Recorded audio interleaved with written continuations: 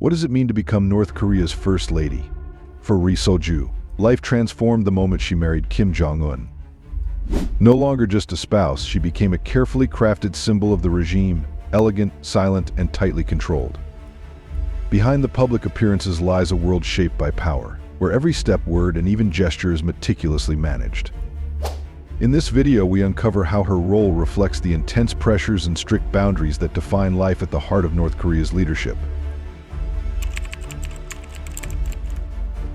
Ri Sol-ju's presence at charity events might appear routine, but in North Korea, nothing is without purpose. As Kim Jong Un's wife, her participation is less a personal choice and more a calculated move to strengthen the Kim family's image. The regime's propaganda emphasizes her involvement, portraying her as a symbol of compassion and benevolence, while subtly reinforcing loyalty to the ruling dynasty. These appearances present the leadership as caring and connected to the people, softening its image both at home and abroad. By engaging with those in need, Ri Sol-ju embodies the regime's message of empathy and solidarity, fostering unity among citizens and bolstering the perception of the Kim family as guardians of the nation's welfare. This carefully orchestrated narrative not only elevates her role in public life, but also ensures her presence serves as a tool for sustaining power and influence within North Korea's tightly controlled society. If Broadway had a dictatorship edition, North Korea would be the star act, and Ri Sol-ju its leading performer. As First Lady, she doesn't simply live her role, she performs it, every gesture rehearsed and every smile deliberate. Her public image, from the elegant hanbok to the serene demeanor, is crafted to project tradition and perfection, while never outshining Kim Jong Un. At major events like Kim Il-sung's birthday celebrations, where thousands march in perfect sync and jets roar overhead, Ri stands center stage, embodying family legacy without uttering a word. Even abroad, such as during summits in China, her appearances carry heavy symbolism, a carefully polished message of normalcy for the outside world. The same is true at the Orang Mass Games, where tens of thousands perform as one. Ri's applause alone signals approval. In North Korea, every wave, smile, and photo serves the regime's narrative of unity and power. You can own gold-plated mansions and couture wardrobes, yet if you can't search what is freedom, are you truly free? This is the digital reality of Ri Sol-ju, North Korea's first lady, a life of luxury sealed in silence. In a world driven by Wi-Fi and hashtags, she lives in a no-signal zone, no news feeds, no late-night videos, not even a private text. This blackout isn't wellness, it's control. The regime isolates her to preserve a narrative crafted entirely by the state, with no leaks or outside influence. Even security plays a role. One unfiltered photo could disrupt decades of propaganda. Isolation, however, goes beyond tech. When every fact is pre-approved, even thoughts are shaped by power. Does she wonder about the world beyond? Or has life behind the curtain erased that hunger? This isn't tradition, it's a control strategy.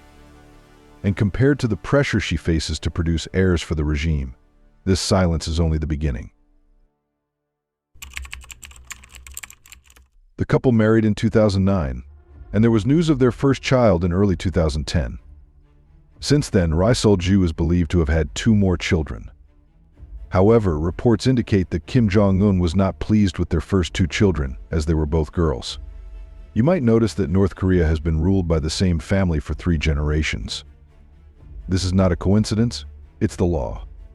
The Kim dynasty operates under a governance standard known as the 10 Principles for the establishment of a monolithic ideological system, which states that the party must always be represented by the Pak-2 bloodline. Essentially, the country's leadership can only be passed to a member of the Kim family, and that member must be a son. Therefore, the burden of producing a 4th-generation ruler of North Korea heavily falls on Ri Sol-ju's shoulders. Korean families typically have only 2 children, so while Ri's first child in 2010 is rumored to be a son, the 3rd child might be an attempt to ensure her favor with Kim Jong Un. Before we continue, don't forget to ring the bell, share it with your friends, and hit that subscribe button if you haven't yet. It truly helps me out, and I promise to bring you even more awesome content. Ri Sol-ju was not an ordinary citizen before marrying Kim Jong Un. She came from a prestigious and wealthy family. Her mother was the head of the obstetrics department at a hospital, and her father was a professor. She met Kim through her uncle, who was one of his military advisors. But since becoming North Korea's first lady, she has had little time and opportunity to meet her family.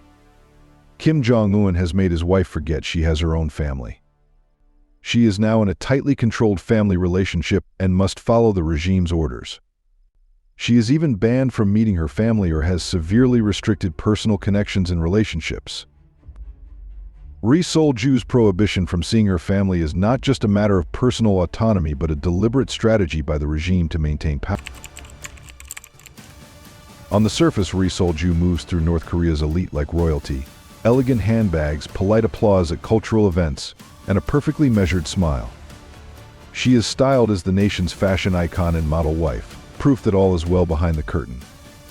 Yet this image is a performance masking stark inequality.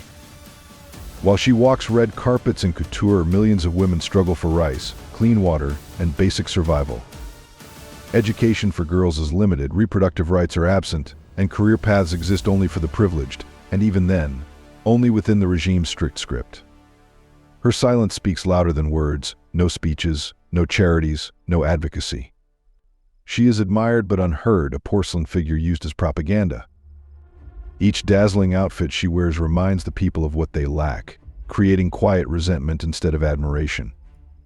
Behind her polished image is a carefully constructed role designed not for empowerment but for control, and that role reveals much about the regime's priorities.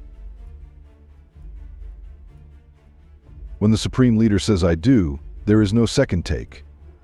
In North Korea, Ri Sol-ju's marriage is sealed tighter than a Cold War vault. Divorce may exist in law, but using it is nearly impossible, especially for the First Lady. Challenging Kim Jong Un would mean defying the very system he controls. Grounds for divorce? Practically non-existent. Adultery or irreconcilable differences hold no weight. Every judge, jury, and law answers to him. Even considering divorce could endanger Ri's relatives, as loyalty in North Korea is absolute. A single misstep could send family members to re-education camps. For Ri, marriage is not a partnership but a position, a lifetime of photo ops, propaganda portraits, and silent compliance. There is no off-ramp, no second chapter, only an unspoken contract bound by fear and tradition.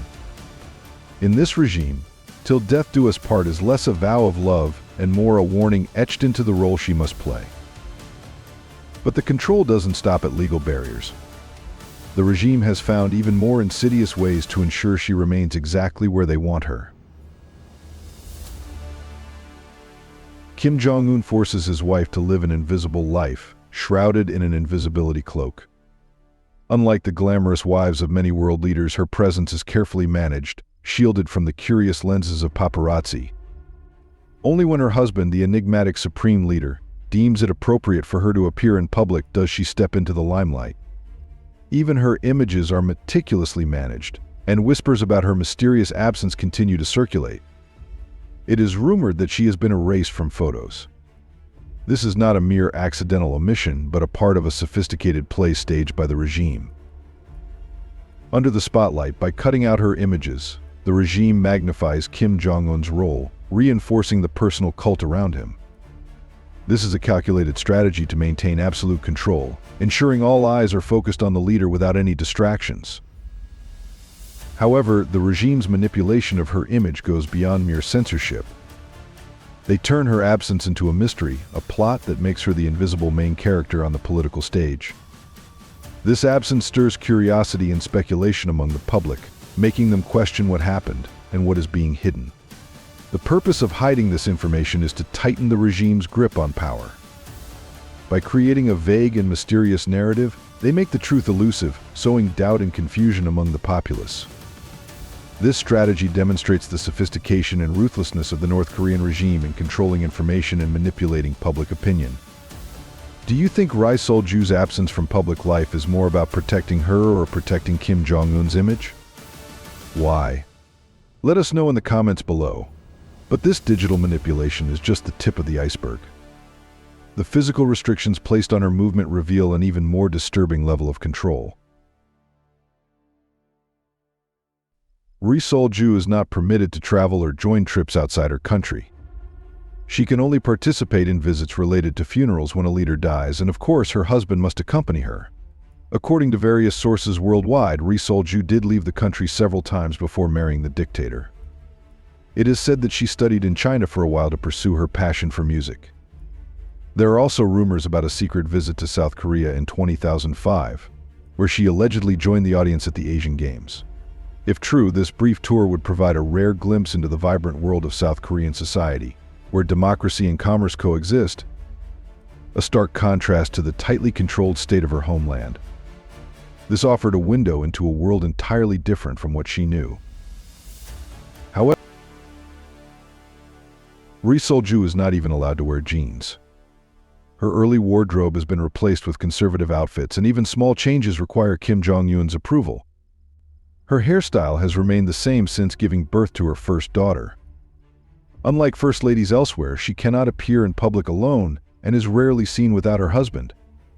Their children are also kept hidden from public view, leaving no photos in an age dominated by social media.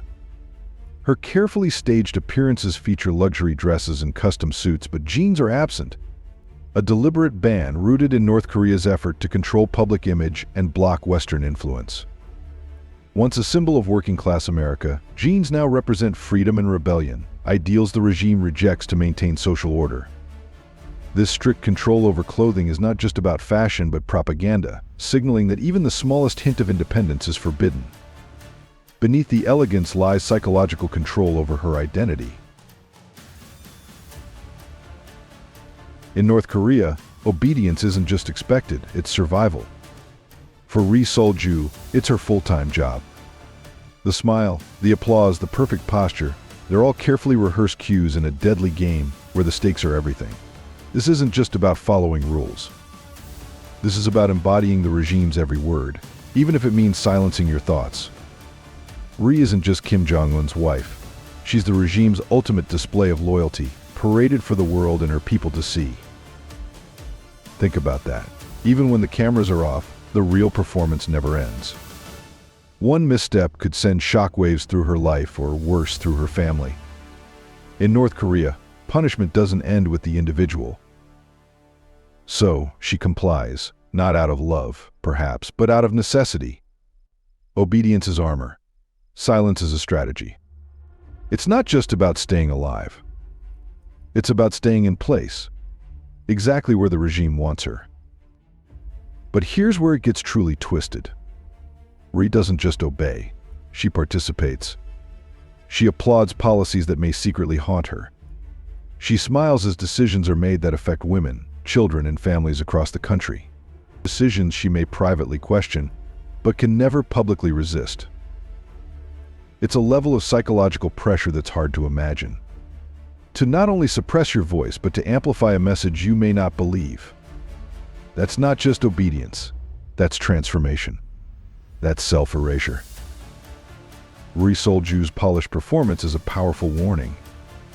In North Korea, obedience is currency. And the cost of defiance isn't just exile, it's erasure. Because in the theater of the supreme leader, even the first lady is replaceable. But perhaps the most disturbing aspect of her existence is how the regime has weaponized even her acts of kindness. Thanks for watching, and remember, in a world where some are forced into silence, it's our responsibility to speak up. Stay curious, not quiet. Thanks for being with us. Leave a comment, like to show your support, and remember to hit that subscribe button for more exciting videos. See you next time.